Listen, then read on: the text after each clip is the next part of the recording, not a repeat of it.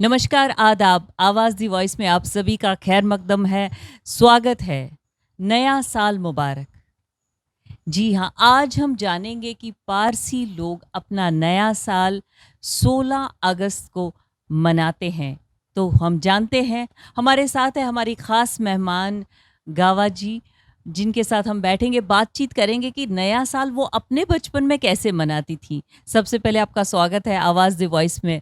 गावा जी, बहुत अच्छा लगा, आपसे कई बातें हुई। अब हम जानेंगे कि ये जो पारसी न्यू ईयर होता है, ये 16 अगस्त को ही क्यों आता है? ये हमारा आप जानते हो कि हम ज़ोरास्ट्रियंस है। ज़ोरास्ट्रियन मीनिंग हमारा मज़हब अलग है। हाँ, हम ना हिंदू है, ना क्रिश्चियन है, ना इस्लाम। तो ये 1400 साल से हम हिंदुस्तान में रह रहे हैं और हम पारसीज कहलाते हैं। क्योंकि हम ईरान के पार्स प्रोविंस से हिंदुस्तान आए और पहले 1000 साल तो हम गुजरात में रहे और गुजरात में फार्मर्स, एग्रीकल्चरिस्ट, ये सब हमने काम करते रहे। लोग कहते हैं वो हमारे ज़ोरास्ट्रियंस में हमेशा पहले से ही था और हम काफ़ी एडवेंचरस भी थे उस ज़माने में कि कोई भी हमें अच्छी अपॉर्चुनिटी मिले तो हम उसको पकड़ लेते थे। तो जब ब्रिटिश कॉलोनियल राज शुरू हुआ तब हमने ब्रिटिश वेस्टर्न एजुकेशन अपना लिया और हमारे अपब्रिंगिंग में लड़का लड़की का कोई डिफरेंस नहीं। जितना रिस्पेक्ट लड़के को मिलता है इतना ही रिस्पेक्ट लड़की को मिलता है। सो एजुकेशन था लड़कों के लिए भी और लड़के के लिए भी, कोई फ़र्क नहीं था।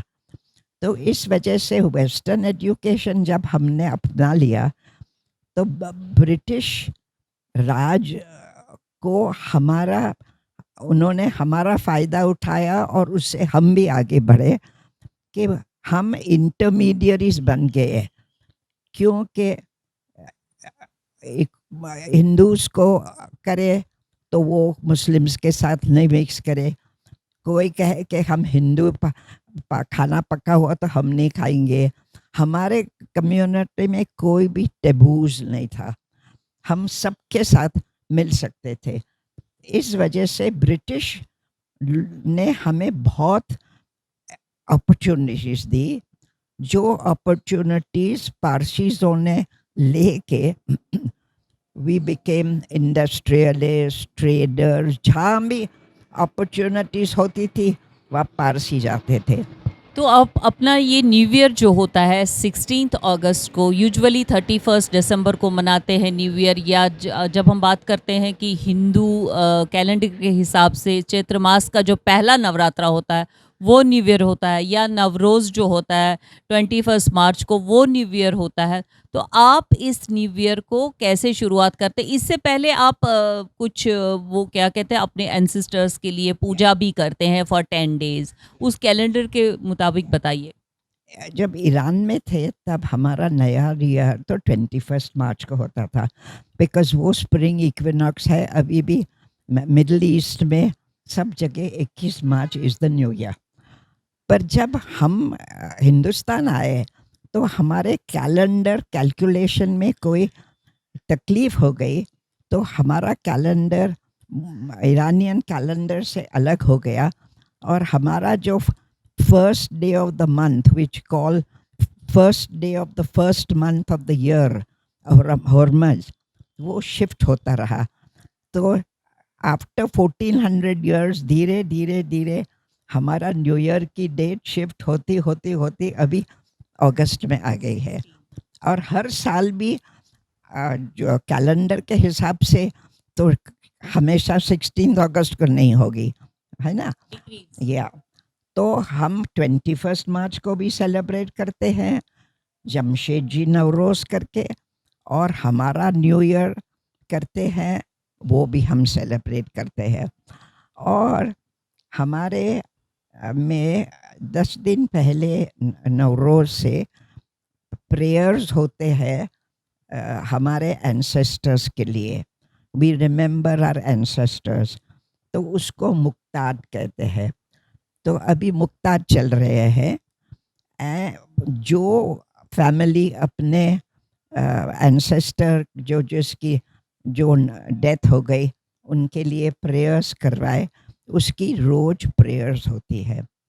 और वो प्रेयर्स के बाद हमारा जो लास्ट डे होता है उसको पटेट कहते हैं। पटेटी मतलब to repent your sins for the whole year. जो भी अपने पूरे साल गलत किया है उसकी आप रिपेंट, माफ़ी मांगते हो, और फिर नया साल शुरू होता है। और नया साल को हम कहते हैं नवरोज, मीनिंग न्यू डे, नया दिन शुरू होता है।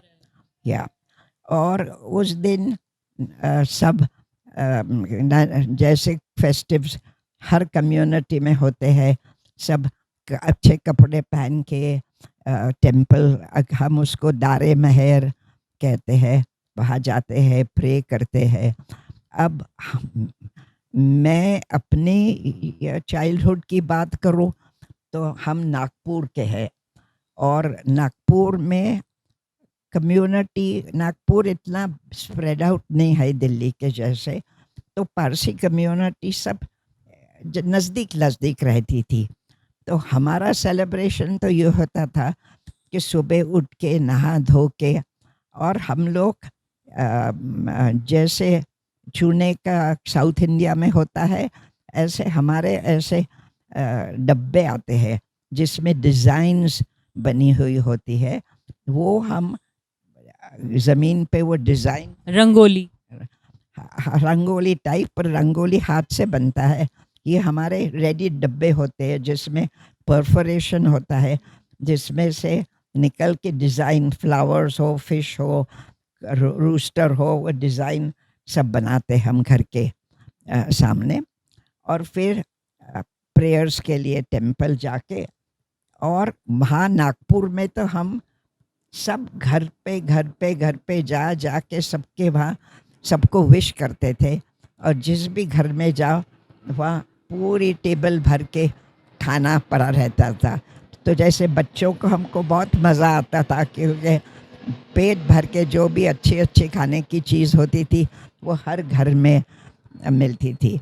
और फिर हम बात करेंगे कि जबकि त्योहार जब होता है, नया साल जो होता है, कि सारे सिंस वो उसकी पूजा करने के बाद ये नया दिन जिसे हम नया साल कहते हैं पारसी में, जो कि इस बार 16 अगस्त को आ रहा है, तो उस दिन हम जानेंगे कि एक तो हम ये जानेंगे कि नए साल में जो ये न्यू ईयर आ रहा है उसके दिन पकवान क्या क्या होते हैं, पारसीज फूड क्या होता है। दूसरा ये जानेंगे कि आजकल के यूथ जो है पारसी जो है, कि पहले किस तरह से मनाया जाता था न्यू ईयर, अब क्या इम्पैक्ट है, कैसे वो मनाते हैं।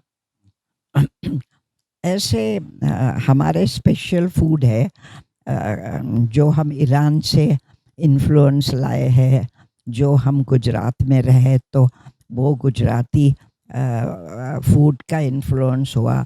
तो हमारा पारसी फूड, जैसे ईरान में ड्राई फ्रूट्स बहुत होते थे, तो हमारे फूड में हम जैसे बिरयानी भी बनाएंगे, हाँ, तो उसके ऊपर टेबल पे जब बिरयानी आएगी तो उसके ऊपर बादाम, पिस्ता, ये सब फैला के आएगा। हाँ, फिर गुजरात का इन्फ्लुएंस होता था कि वो सी साइड होता था, तो fish became very important. Fish हमारे लिए, मछली इज प्रॉस्पेरिटी, तो मछली इज़ ऑलवेज सर्व्ड। और हम जैसे मिडल ईस्ट में सब लोग नॉन वेजिटेरियन है, हम भी नॉन वेजिटेरियन थे, तो हमारा खाना पूरा मीट, चिकन, फिश, एग से ही भरा हुआ होता था। तो ऐसे फंक्शन में स्पेशल पारसी डिशेस जो बनती है वो पारसी धान साग कहते हैं, धान और साग, दाल चावल। पर हमारा चावल दाल बहुत मसाला से भरी हुई होती है, और उसके साथ मटन कबाब, चिकन।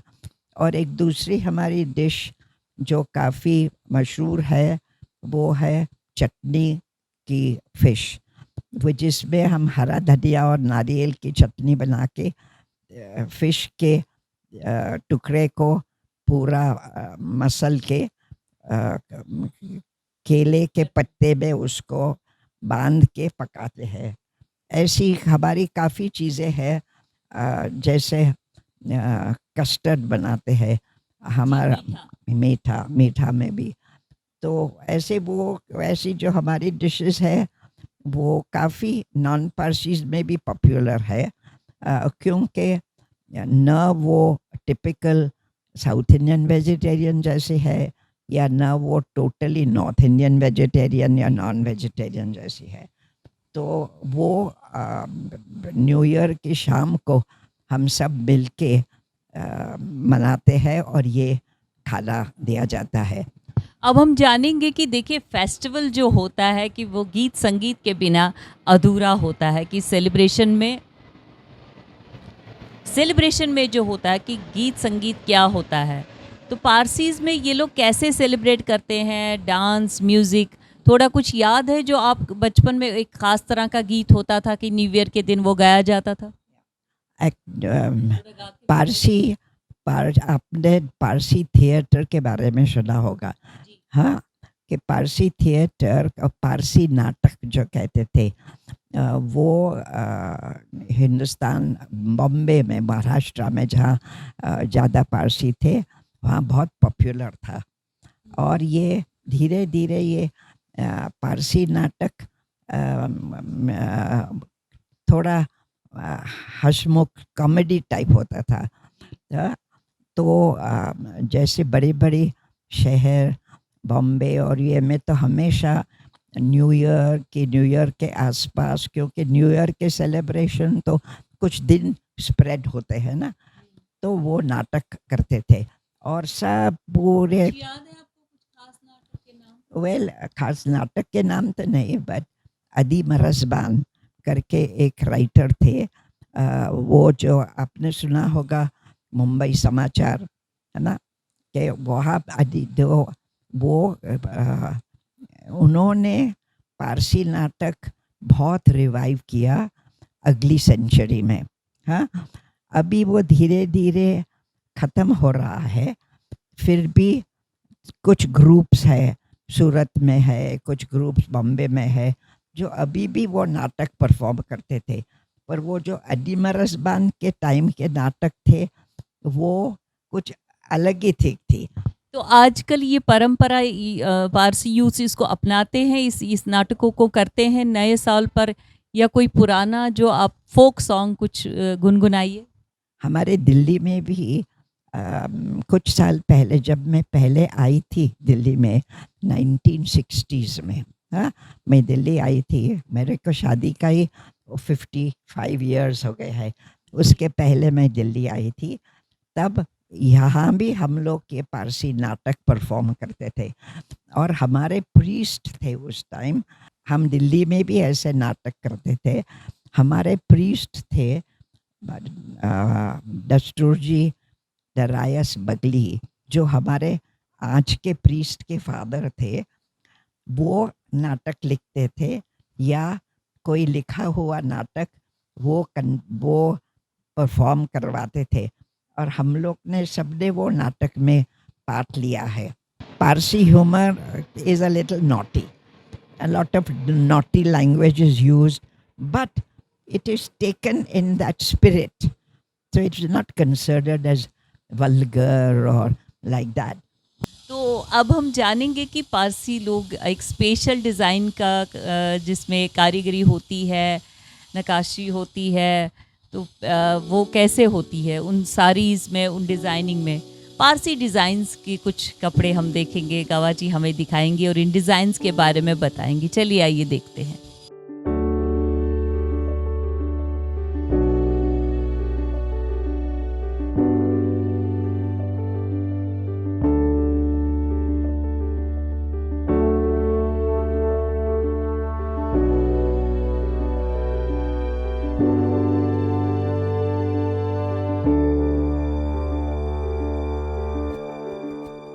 आवाज़ द वॉइस के लिए आज हमारे साथ थी गावा खुलर जी, जिन्होंने हमें पारसी के बारे में काफ़ी जो पारसी कल्चर है, पारसी डिज़ाइनिंग की साड़ीज़ हैं, कहाँ से हुआ करती थी, वो बताया हमें कैसे कैसे ये काम हुआ करता था पुराने ज़माने में।